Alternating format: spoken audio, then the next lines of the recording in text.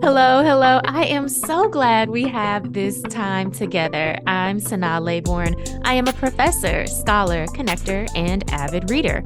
I've always loved learning about what's happening in our social world and sharing that knowledge, especially over a good cup of coffee. And so here we are. Each week on Let's Grab Coffee, I catch up with experts from across the country who are investigating our most pressing social issues and common curiosities. Over the next hour, you'll learn about their inspirations, motivations, and of course, what they know about the world around us. Go ahead and grab that cup of coffee and get ready for a fun and insightful conversation. In the last few years, loss and grief have become a shared collective experience, particularly in the wake of the COVID-19 pandemic. This period has also put the inequities in the US healthcare system front and center, along with the ways that what has been quote unquote normal has often been harmful or unsustainable. So, how do we make sense of the loss of loved ones, especially when the systems that should take care of us fail us? How do we learn to take care of ourselves in a society that expects us to work hard at all times, leaving little room to properly grieve? And what type of new normal do we want our future to hold? Nicole Chung wrestles with these questions and more in her latest book, A Living Remedy. Nicole is the author of the national bestseller, All You Can Ever Know, named a best book of the year by over 20 outlets, including NPR, The Washington Post, and Time. All You Can Ever Know was a finalist for the National Book Critics Circle Award, the NABA Book of the Year, a semifinalist for the PEN Open Book Award, a Barnes & Noble Discover Great New Writers selection, and an Indies Choice Honor Book. Nicole is currently a contributing writer at The Atlantic, a Time contributor, and a Slate columnist. Her writing has also appeared in The New York Times, The New York Times Magazine, The Guardian, Harper's Bazaar, Esquire, GQ, and Vulture. Born and raised in the Pacific Northwest, she now lives in the Washington, D.C. area. I'm so happy to have you here, Nicole. Thanks so much for joining us. Thank you for having me. I could not wait to read A Living Remedy. Of course, I have your first book, All You Can Ever Know, which was so groundbreaking for adoptees, right? To see our story and to be written in such a beautiful way. So thank you so much for that. And I knew once A Living Remedy was out that I had to have it. But this is very different than your first book. It is. It is. It's much, I think it's broader in scope and in a way covers more of my life. And whereas All You Can Ever Know was very focused on, my search for my Korean birth family and what I discovered there. When I searched, this book is really more focused on my adoptive parents and me and that relationship, and what it's been like to grieve for them. Absolutely. I mean, there are so many themes interwoven throughout this book. Of course, grief being, a key theme, but also community care and the structures of our society that are impacting how we experience the world. So, of course, healthcare and capitalism. But for me as a reader, what I really took away from this book, or what I thought was a particular gift that you've given us in this story, is you are writing this as you're in the early stages of your grieving process. And so the book itself feels very much in process. There isn't a tidy conclusion, right? It's messy, it's questioning, it's human. And I really love being brought into, a glimpse into your grieving process. But it also helped me think through my own grieving process. And I'll just be honest, I jump right in with tears. I was crying by the end of the third page. And so I think, making that human connection for me, I think that's just the hallmark of really great writing, that you're able to connect with your reader and make us feel something. Thank you very much. I mean, this book, another big difference, I think, between my first and my second is that the events in the first book, I was 5 or more years past my search and reunion when I wrote that book. And of course, as you know, adoption is something we're always figuring out. Our feelings and our thoughts about it are always shifting and evolving. But in terms of the actual events in that story, things were fairly settled. Mhm. And as you point out with A Living Remedy, I'm writing, in the throes of a very immediate grief. I didn't have like a 5 year buffer between, I Yeah. was working on it. I started writing it before my mother passed away in 2020 and then put it down for a while. But I did start writing again, 5, 6 months after she died, which is not that long. Mhm. And in that sense, it's very raw. And I was really striving for, emotional honesty, which I think is important in any kind of writing. But it was a new kind of challenge, and there were many points when I didn't know, honestly, if I'd be able to finish it. Hmm. Yeah, absolutely. And again, just thank you so much for writing this book. You mentioned, adoption and being an adoptee. It is a continual process, and we're constantly, learning new things or maybe thinking about things in a different way. And so for me, the book, I was reading it definitely through that lens as an adoptee. And so I kind of wrote, notes throughout the book. I'm like so in my adoptee feelings right now, but then also in just those general feelings of grief and knowing what it's like to lose a parent and to kind of see a parent, like slowly die in front of you as well. I think so in thinking about your father and kind of that process that you talk about in the book, because it is about both the grieving process with your both parents, your mom and your dad. It's true. I mean, something I've said about this book is every book is a process, that writing process, and it's different every time. And in this case, it's a process about a process because grief is that's what grief is, and it's not linear. It's not it's different for everybody. And so, as many like grief stories as I've consumed over the years, and I guess particularly like in the last handful of years because of what I've been going through, I mean, everyone is just so different because everyone's relationships are different, those experiences and losses. Uh, so yeah, on the one hand, I think it was sort of daunting to try to add to what's a very robust field of literature about Hmm. this subject. And on the other hand, actually wasn't worried about I don't know, having it feel original or wondering if I had something to say, and just because of the circumstances of when and how I lost both my parents, I knew there was a lot to work through, Hmm. and hopefully things that will help other people feel seen or less alone in their grief. Hmm. Absolutely. I mean, what's coming to mind as you were just talking was in the book, you have this line that says, I'm an expert at grieving under capitalism. And I'm thinking about that because, as you mentioned, you're writing this book and you have kind of one way you're going to approach it. And then your mom passes, and then you're still writing kind of in this process of processing that loss. And also still kind of, as you talk about in the book, just doing life as normal, as if, I just have to meet this deadline or finish this pitch. And I'm wondering still too, because I also acknowledge that, much of the book tour is also was Mhm. happening and is happening as you're still grieving. And so I'm wondering if you could talk a little bit more about that. Yeah, of course. It's kind of interesting. I mean, I wouldn't say it was like a throwaway line, the grieving under Mhm. capitalism, but I didn't know that it would resonate with people the way it has. But it's something that's come up in like nearly every interview. And Mhm. like, of course, there's a reason for that. It often feels as though, and one of the many, there's so many lies of capitalism, but one is just that we're constantly being asked or expected to deny our humanity and the Mhm. humanity of those around us. And it's a particularly difficult thing to do while grieving, um, because grief can be so all consuming. It's physical, it's emotional, it affects your psychological, mental state of mind. And at the same time, many of us in this country, especially like we work with no bereavement leave to speak of, or Mhm. no kind of paid leave or even guaranteed unpaid leave.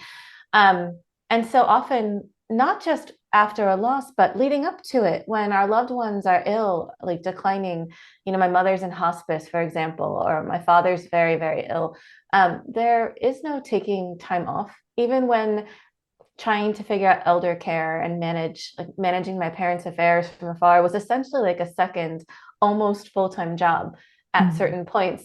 I still had my actual full-time job to be doing, and the work of parenting never stops. And I'm also a freelancer, so it was just it often felt as though there was no chance to pause or to rest or to breathe or to treat myself like a human being.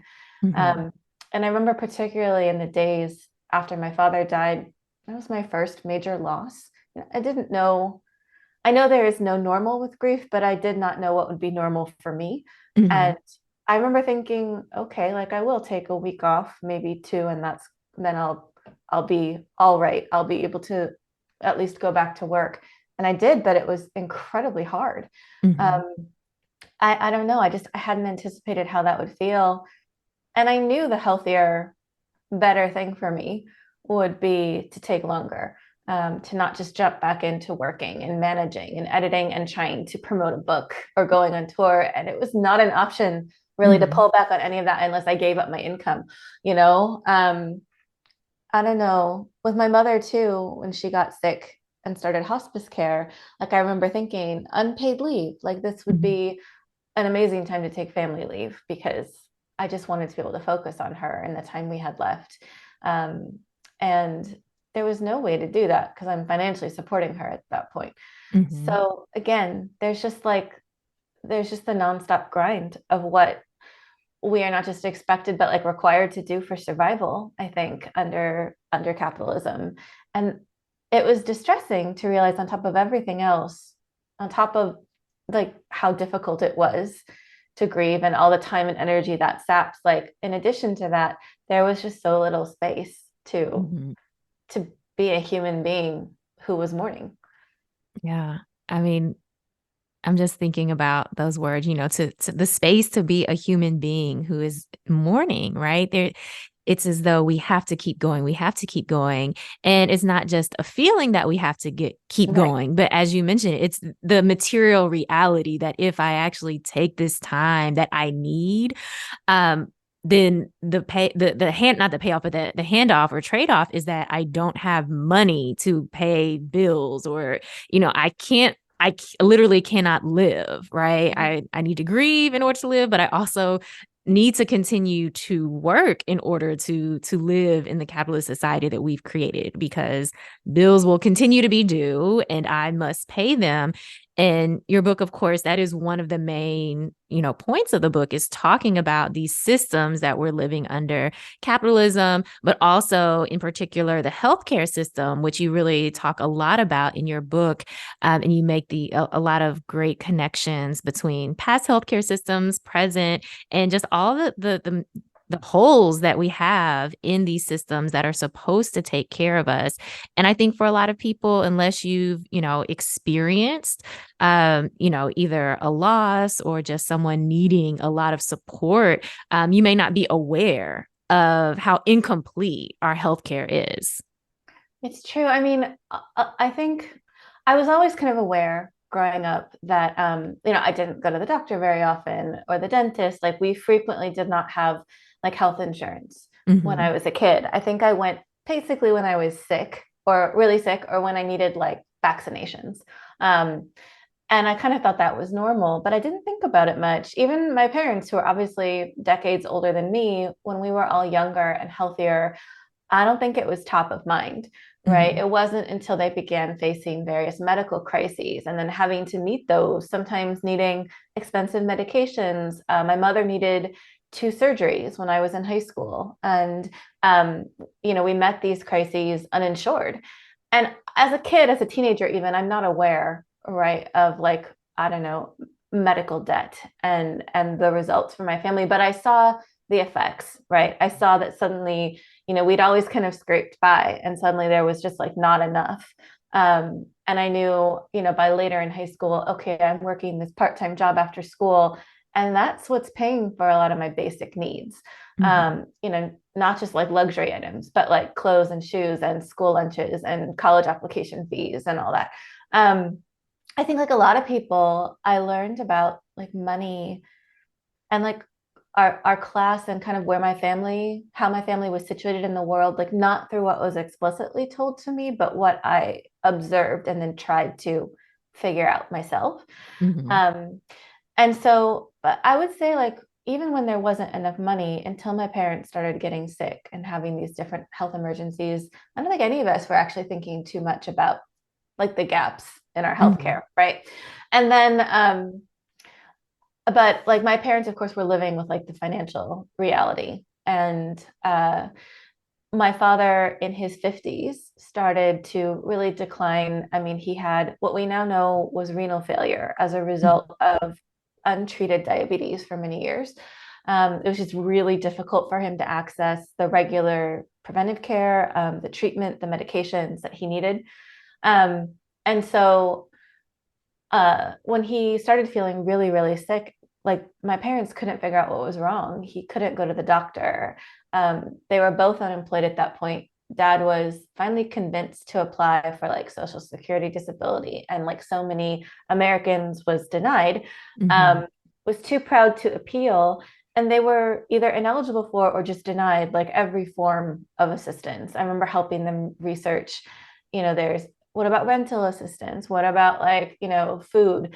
Like, and there was nothing they were really eligible for at their ages and without dependents in the home. So it Mm-hmm. wasn't actually just the healthcare system, right? Which they were also denied Medicaid, like the Oregon Health Plan. But it wasn't just that failed them. I mean, there were so many places where they kind of just fell through the safety net, again, like so many people in this country do. Um, and so what had really always been like a danger, like looking back, we were always kind of living like on the ragged edge of Mm-hmm. stability. That was a kind of stability, as I write, that was dependent on like absolutely everything going right. Mm-hmm. I think that as my dad got sicker and my parents got older, and like the need for like elder care really like surfaced in my life, that's when we really had to begin to grapple with these failing structures and systems. um, and I don't know, it's such a common American story, right? But Mm-hmm. when you're going through it, you can feel as though you're all alone. You feel like everything is on you, because in a sense it is. That's what we do. We leave people, individuals, families, communities, to try to meet these challenges without the resources and the support and the care that we need and deserve. Mm-hmm. As you mentioned, so many different systems intersecting and failing, right? Not just your family, but millions of families in the United States. And even though this is a very common experience, which I think COVID-19 has really brought to the forefront, right? Because it is happening to so many people so publicly at, the same Mhm. time. But we're taught to, as you talk about in the book, see it as an individual moral failure. You say this is a country that takes little responsibility for the health and well-being of its citizens, while urging us to blame each other and ourselves for our precarity under an exploitative system in which all but a small number of us stand to suffer or lose much. And I mean, I think that's what kind of keeps this system running, as terribly as it is, right? This belief that, oh, it's our responsibility. If we made better choices, if only we, took care of ourselves, ignoring the ways that the system is set up to not do what it says it's supposed to do. Right. And so then we do often find ourselves suffering alone, or not having the support, even just emotional support that we need, because we've internalized that, oh, it's something we've done as individuals. Right. The idea that you can bootstrap your way out of poverty, or Mhm. that, part of your American dream is going to include like the care and the support and the stability that you've worked for. It's just, I don't know, with healthcare in particular, I think a lot about how it's just a matter of not getting what you pay for, because of course, uninsured people still have to try to access the healthcare system. People still like pay so much. We have one of the most expensive healthcare systems in the world, and yet even insured people suffer or don't get the care they need or can't afford it, or end up with staggering medical debt because of that.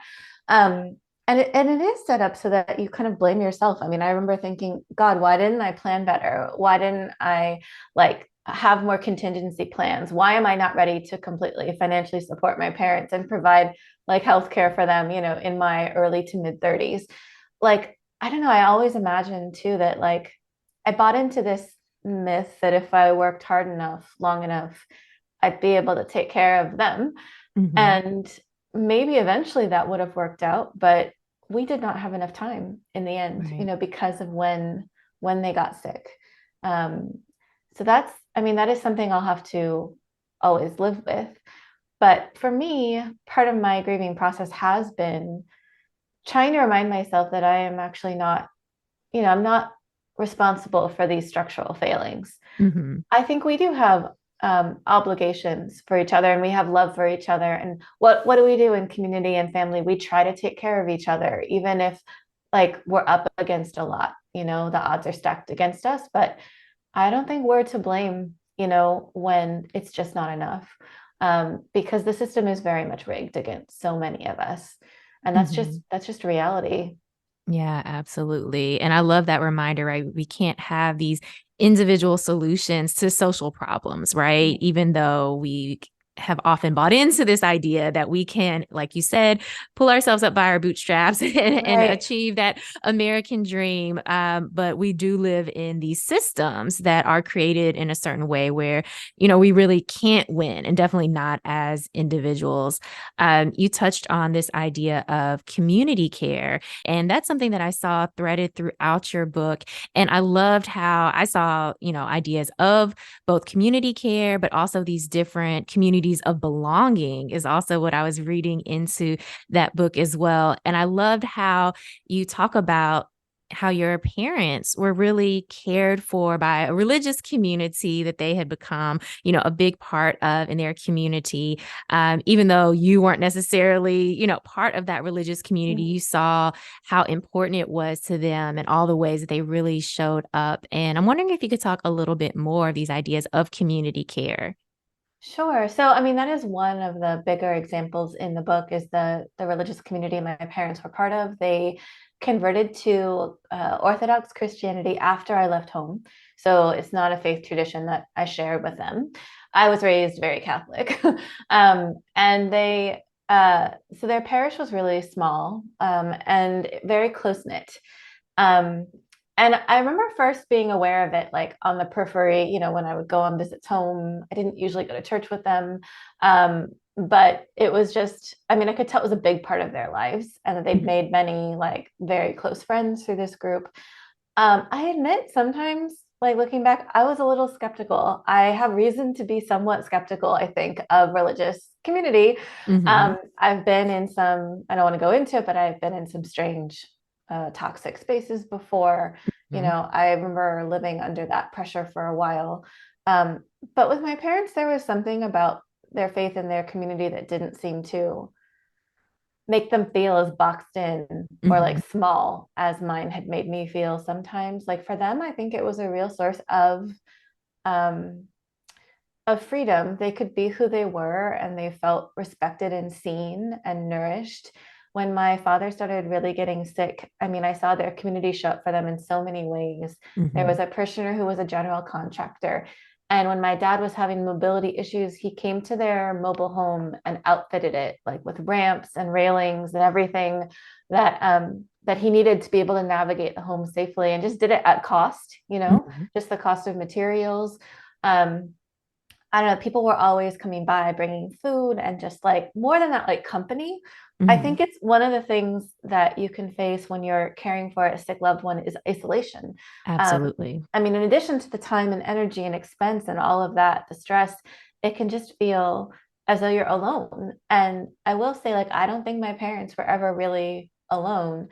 Um, Even during the pandemic, when my mom was in hospice, because my mother started hospice care for cancer, right as like the first coronavirus cases were being reported in the US. Um, and it was obviously like wretched timing, not that there's any good timing for that, Mhm. but um, like I was really comforted that she still had like close friends, I mean, chosen family essentially visiting her masked and bringing her food and walking her dog, and just helping, like just sitting with her, making sure she was not alone while she was dying. I was especially grateful because the pandemic kept me from traveling across the country to be with her. At So I don't know, there were just so many ways. I mean, I'm not even remembering all of them, but I really saw this kind of love and care in action. And I was actually nervous writing about it because it's one of those things like I'm not inside that Mhm. community. I didn't want to be presumptuous, but I really felt, it was just important to acknowledge what they did for my parents. Even like, I don't know, big things like I remember trying to talk with my mother about end of life care and like a will. She didn't have a will. She was really resisting creating one. And I don't know that I would have been able to get her to kind of talk about those things and make those decisions, if not for like her friends from church. Like they came and sat with us, and Mhm. there was something about their presence that just allowed her to go there, right? And to feel like she wasn't burdening me with all of it alone. Yeah. So I'm very, very thankful for that. Yeah, I mean, I really enjoyed reading that part or those parts throughout the book, particularly because, as you mentioned in the book, you're not a part of the religious community. You have some skepticism around certain parts about religious communities, but you saw how important it was to your mom and to your parents, and you're happy that they had, and you said in their new community, I believe they were seen and known, nurtured and valued in a way they hadn't been elsewhere. And I thought that was, just so important. Again, in thinking about how important social connections are and community, not just when we are going through, an illness or major illness or loss, but just for our general well-being as well. So I really enjoyed reading that. You also mentioned as you were talking, that those community members, those church members, you saw like love in action. And that was actually another theme that I picked up on, not just for the religious community, but also for as you were reflecting, kind of in your own story about the way that folks were really actively loving you and showing up for you as well. And I just found that so comforting. And, of course, this is a book about grieving, but the ways that people actively love us, not just in words, but really in their actions. Yeah, I mean, one thing, I'm not sure if this is what you're referring to, but because my mother died in the spring of 2020, I mean, we had to live stream her funeral. Like we were alone, we weren't seeing anybody, and it could have felt like so lonely. And I won't lie, there were times when I did feel that was really hard, but I wasn't alone. I had my family, my spouse, my kids. And then I had like a lot of friends and like chosen family reaching out at that time. So even though they couldn't travel to be with me, I think that my friends especially were really trying to make sure I knew that they were thinking of me, that they were holding me. Um, I guess one example, I can think of things like people obviously sent food and they sent flowers and they did those things that you do, but then like I was having so much anxiety around the phone. I could not answer it. I wrote about this a little bit, but for Hmm. like months, all my phone calls had been about my mom, about her dying. It was always bad news. I had cried so much on the phone that after she died, I found like every time the phone rang, like my heart rate would spike. Um, Hmm.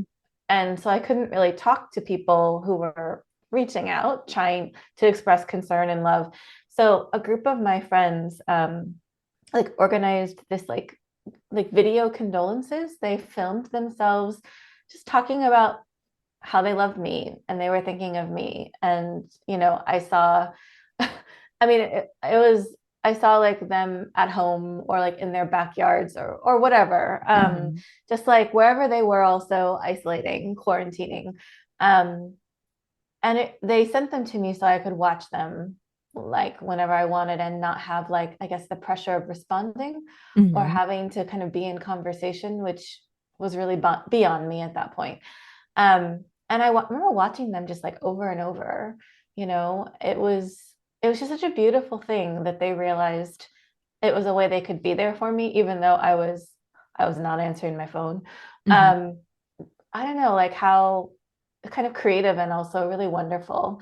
So I mean, I still get teary when I think about that, and I still have Hmm. those messages. It just meant a lot to me. So I don't really have like adoptive family left. They're all gone at this point. But I feel really lucky in my chosen family. And yeah, in my communities, near and far. Hmm. That's so beautiful. I was also feeling like, oh, getting a little choked up when you mentioned that, because how beautiful to know, right? Have that tangible evidence of how loved and supported you are. And I think also, for folks listening, like just knowing that, people sometimes, even though we want to express care and concern through, picking up the phone and calling someone, that can also be a little too much, right, for that person, and for thinking about other ways that we can show up for the people in our lives. So I think that's an important reminder. I'm thinking about, so many people, even within the last months, have lost loved ones. And me just thinking about, okay, how can I show up for them in a way that is actually helpful to them? And still I'm able to, love on them, but in a way that isn't going to feel like a burden to them. Right. So thank you so much for sharing that. Um, you mentioned about, and of course you talked about this in the book as well, about, losing, as you mentioned, not having any of your adoptive family left. And you talk about in the book how your favorite cousin, has a conversation with you asking, how are you feeling? And you say it's like being unadopted. Um, and as an adoptee, that I can think about what that could feel like, right? And I'm wondering if you could talk a little bit more about how you are feeling now. Yeah, I mean that I will say that word, I was not trying to be like dramatic. It actually just came out and sort of Mhm. surprised me because I hadn't realized I was feeling that way. My cousin's like he's wonderful. We're like the same age. We've always been close. And when we were little, he didn't realize I was adopted, which is like really cute. Like Mhm. I still tease him about that, but like that was just not how he thought about me. And Yeah. we were young enough that it was like kind of adorable. It wasn't like this colorblind thing. It was Right. like it was sincere, like you're just my cousin and I Exactly. just love you. He's the like last person I think in that family that I'm, still close to, but like everyone else is gone. And I just remember feeling, especially because my dad, my maternal grandmother, and then my mother like passed away within 2 years of each other. And they Mhm. were like the three people who raised me Yeah. and the people who really like remembered my childhood. They're the ones who I would always be like, oh, remember when this happened? And like they always remembered. Mhm. There's nobody left like that for me. There's a lot of distance, geographical and emotional, in my Mhm. adoptive family, and not to dwell on it, but I've always been aware as a transracial adoptee, as the only adoptee in my adoptive family. Um, I was always kind of aware of like who really accepted me, right, and who didn't, Mhm. like who understood or accepted or respected my parents' choice to adopt me and who didn't. And Mhm. so all that to say, I actually have a pretty large extended family, and I'm not, you know, my parents and I were not in close contact with many of them. Mhm. So when I lost my parents and my grandmother, it felt like that was it. Like these threads that Yeah. tied me to this family have are gone. And like, what does it mean to be an adoptee still, and to very much have that part of what formed me, but to no longer have my adoptive parents or those adoptive family relationships, like they're all gone. Mhm. um, I probably wouldn't use the term unadopted now. Mhm. I don't think that's where I am. But in that moment, that really bleak moment, when I'm talking to my cousin and I'm losing my mother, like the Yeah. last person, like, I mean, it felt very emotionally true in that moment. Mhm. Um, for where I am now, I mean, the facts are still the facts. I've still lost those people and lost that family. Mhm. Um, but I know that the fact that my parents raised me, right, that still shaped so much of who I am. Mhm. I I still I still benefit from like that love and that care and Mhm. that support that they gave me. And I don't know, I guess I don't I don't actually feel less adopted. Um, but I am still learning like what it means to be an adoptee whose adoptive family is gone. Mhm. It is like, on the one hand, I think my grief is perhaps similar to what so many people who lose parents experience. And on the other hand, like I wrote in the book, my grieving, is really affected by the fact that I am an adoptee. Mhm. And that it's a reminder, right? It brings back like that original loss, Yeah. like the loss I don't remember, but still happened, of my first family, and those connections, which, although I'm in reunion, like, and very close to my sister, those connections can never really be fully recovered. Mhm. Um, the losses of adoption. So it definitely brought up, like, losing my adoptive parents definitely brought up, some of that adoption grief for me as well. Yeah, absolutely. I mean, as I was reading the book, but even as you were talking now, so much of what you said, I'm like, yes, I could, I'm thinking through things as well, because even in my adoptive family, like my dad is really the only connection I have to extended family. So somewhat similarly, we have been, out of contact, or at least I've been out of contact with a lot of my extended family, and he's kind of been that link. But just different things are changing to where it very much feels, like I could understand, like if and when my dad passed, I will feel very much as though I have no more connections to a lot of my extended family. And so thinking through, what it's like to be, as I've thought about it, because I'm not married, I don't have children, how it feels to be somewhat untethered to this world, right? Like you don't have these family connections that are supposed to be, in our society, just like the way that we're connected to people, or the way that we know that, where we belong. And so thinking through as an adoptee, how that shapes, these feelings of grief, or how we think about family as well. Something that you talk about in the book, and you mentioned now as well, is like those shared memories, right? Like there's no one that you could just say, oh, remember that time when, whatever happened. And you talk about in the book, like it would take too much explaining for me to share this memory, with your family. Right. And I was thinking about that as well. Like, what all do we lose, right? A little bit a part of ourselves, because we don't have someone who can recall that same, great memory or funny story. You lose like a certain shorthand. I mean, that's really what you think of it, or like a special language that Yeah. you share with people who've like known you forever. And I'm not trying to say I think like either biological or adoptive family is the only like legitimate family, Right. or the only way you can have that history or that those connections. I'm really lucky actually to have like old friends who've known me since like elementary, middle school. Like not Mm-hmm. many, but like actually the people visiting me this week, Mm-hmm. um, like one of them, she's a dear friend that I've known since we were probably in like fifth grade. And so like, she remembers actually what I was like as a kid, or as a teen anyway. Um, but yeah, I've lost that ability to just like, I mean, with my grandmother, even when my grandmother's dementia was really advanced, there were certain memories of me and our time together, because she helped raise me, that she held on to. Mm-hmm. um, she would say, "Oh, remember when we would like, go fishing or crabbing or walk on the beach? Like, remember that time we were out in the bay and like we like the boat floated away from like the island where we were clamming. There's like, remember the time you got lost and the Coast Guard had to like find you and like reunite us. I mean, there are all these things. I don't know, people who remember my grandmother's recipes and how they tasted and what our house looked like at Christmas time, and Mm-hmm. like, I don't know, pets who are gone, like so many huge and like also trivial moments, right? Yeah. Where like, I don't know, a word or a sentence was enough to like make that memory live in somebody else. I mean, that's gone now. Yeah. Like I'm carrying all these things alone.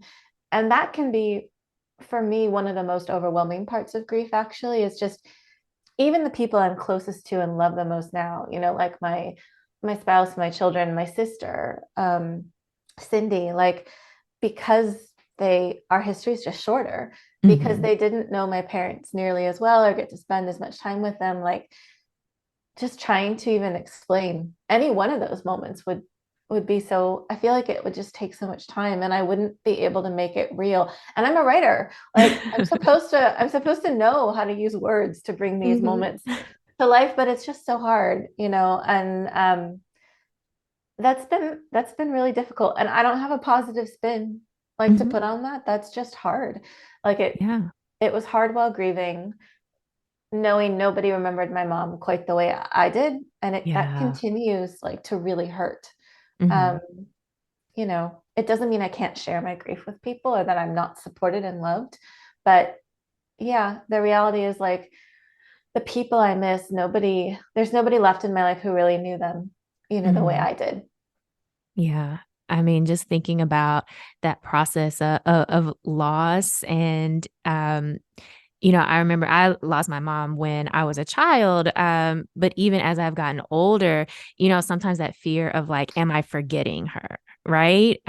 Because for me, there's so much distance between when I knew her and how long she's been gone, but then also just the connections to people too, right? Mhm. Of, keeping those stories and keeping those memories alive. So as you mentioned, grief, it is a continual process and, you Yeah. know, who we are and how we are in the world as adoptees, also a continual process. And so it's hard, right? And there's different waves, as people talk about, waves of grief. Um, but I think, in you sharing in a living remedy, right? That process of grief as you were going through it in those early stages, I think it really is very helpful. I can say for me as a reader, was helpful in me even thinking through feelings that maybe am still processing, right? Or even ways that I need feelings that I didn't even know that I had. And again, I think that's a really key piece of good writing, helping us to think about things in a different way, or even truths that maybe we weren't aware of yet, or ready to fully acknowledge until we see that experience represented on the page. Well, thank you. I mean, that means a lot to me. I'm truly honored that you or that anyone kind of spends time with the book. And I know it is like an intense read. Of course, I hope there are moments of joy and levity Yeah. and care and rest. I wanted it to be, I tried to build in places where like a reader could like pause and like breathe. Like the three lists that are in the book, those are kind of some Yeah. of those places. But I do know it's intense. I will say, like, I don't know. I think that I don't know. I'm hoping it can just be good company to people who've, like you're saying, you've known grief, and of course your grief is different than mine.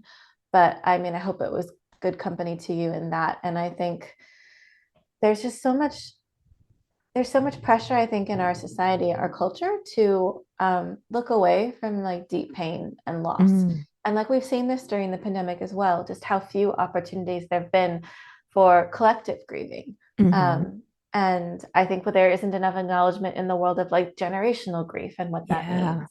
And so I think it's important that we not look away, but I know it's difficult. And I'm really honored when people tell me that reading the book has helped them think about their own losses, their own experiences, people they've loved, because I think that's what memoir as a genre um, can do. And that's kind of why I love it, is like the point is actually not to like regale you with with my life story or some version of it. Even it's like I always want readers to be able to kind of meet themselves too, and to be Hmm. able to think about like what's happened to you. And Hmm.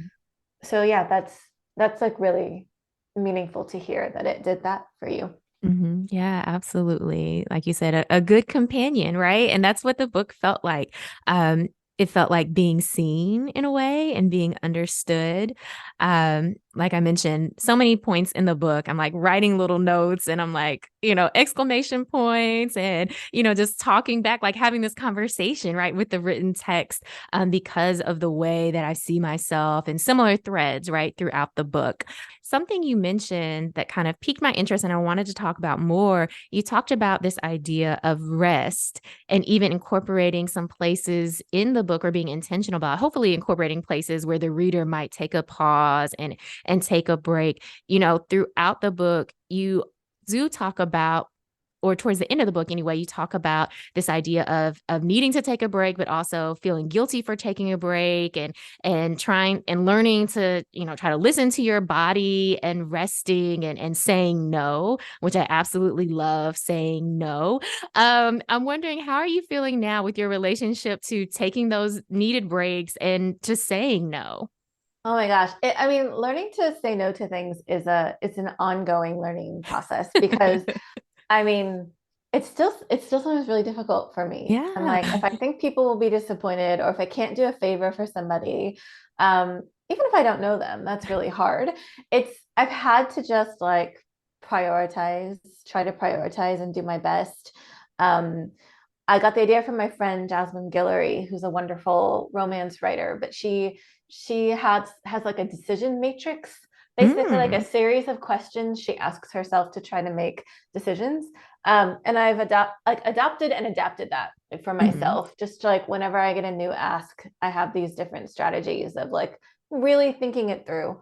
Um, And I don't know, but it's hard. And taking time to rest is still hard. I no longer have a full-time editing job, which I worked for many years and which I loved, truly loved, and Mhm. also found it like impossible to write this book while Uh-huh. doing that. So I left that position while I was working on a living remedy, and I'm right now a full-time freelancer, which was supposed to give me more flexibility, more time in my schedule, like more time for writing, and not just Mhm. writing, but like the thinking and the creative Yeah. brainstorming and the space and the rest that Mhm. you, or at least I, as a writer, need to be able to come up with ideas at all. And it hasn't quite worked out that way because of book tour, but I am like eager to see in the next year or so, as things settle down, is this like a lifestyle that's more conducive to Mhm. creation. And I also recognize what a great privilege it is, to have been able to make that choice. That said, I'm still like hustling. You have to hustle to make any kind of living as a freelancer. Mhm. Having not ever done it full time before, I yeah, didn't realize. I knew it was a lot of work, but like I work a lot of weekends. Like, why? And I'm just like, why am I doing this when the whole point was to like have things settle a bit? I guess the difference is that my schedule is flexible, right? Mhm. So I do work some weekends, but I'm not working 8 to 10 hour, 12-hour days every day of the week anymore. Um, and I am trying to consciously build space into my life to be able to work on longer projects, to be able to think about, potentially other books. Um, but yeah, I don't feel I've reached any kind of like equilibrium yet. It's just an ongoing process, and I'm frequently reminded as a parent that even if Mhm. I have my work life balance in order, of course, like just the real and legitimate needs of children and dog will constantly like require, my attention elsewhere. Mhm. So that's just kind of the reality. But yeah, I do feel really lucky to have been able to kind of decide to be freelance for this time, and it may not last. I may be looking for other staff positions, but right now, especially with a book to promote and lots of travel, it's been Mhm. really helpful. Yeah. I mean, I think I see this as you talked about this in the book, right? Changing this kind of like orientation, creating a new relationship with yourself. I see this as part of that process of like questioning some of the lies of capitalism, right? That we've Yeah, internalized. And of course, for sure, it's not just, individual changes that need to be made, but also systemic changes. But I always get excited when I hear people talking about, well, actually, I'm going to question my need to say yes to everything right. or, this belief of I have to say yes all the time or else I'm going to miss out on something. Or like being a people pleaser. I have to Yes. say, I didn't really think of myself as a people pleaser until I realized how hard it was to say no to things. Why? Because I don't want to disappoint people. Like, yes, sometimes there's a good reason to do it. It's an opportunity. Sometimes it's paid, or Mhm. sometimes it's just like, again, like a favor you really want to do for someone. But you cannot say yes to everything, right? It's just not Right. possible. And I think in addition to kind of reevaluating my relationship to like work and hustle, I had to really change my relationship to writing itself.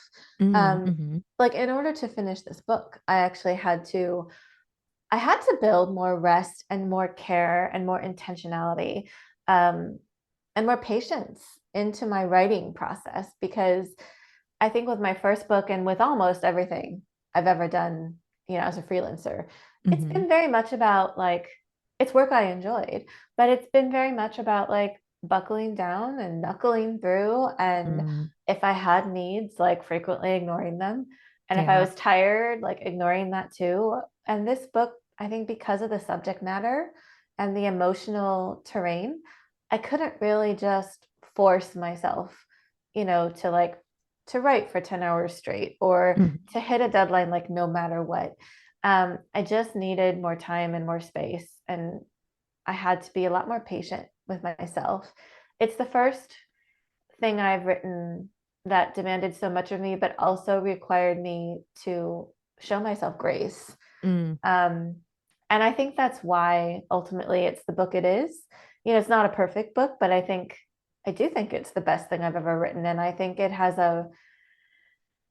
an emotional honesty there and a sense of freedom I actually felt while writing that, I don't know, I haven't felt with other work. And so I'm Mhm. really grateful for that. But it was only possible because I really changed like who I was as a writer. Mhm. Yeah. I know you've mentioned saying, before that writing this book and taking this different approach and being forced really to take breaks and really think through what you're writing in a different way than other works. You said you've learned to trust yourself in a new way, or like you just mentioned, that freedom and focus that you hadn't felt when writing other pieces. And I'm wondering how much of that are processes that you can incorporate into future work and how much of it really is because of the subject matter, right? And it might not really be something that you can replicate in other writings. Yeah, so I think in terms of longer projects, it's definitely how I want to go forward. Hmm. Um, and like for instance, I'm trying to not put a ton of pressure on myself to figure out like what the next like solo book is.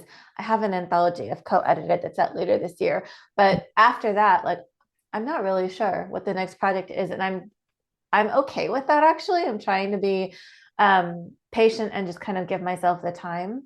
And I recognize too, like I don't know, many writers can write and focus on a new thing on book tour, and I do not have that ability. Uh-huh. So I'll need to be home and settled for a bit before I can focus on the next thing. Um, there was a time when that really would have bothered me, and I'm very much okay with it right now. A longer project, you have the time, the runway, the like, I think space to you can kind of take it slow if you want to until Hmm. you start inviting other people like your agent and your editor and whoever else into the process. It's yours. It's a very private project, Hmm. and you can take the time you want to take with it, honestly. I think it's harder to do right with work on deadline, like closer, shorter deadlines. I have a weekly advice column that just has to get done. And when I find myself working on the weekend, often that's it.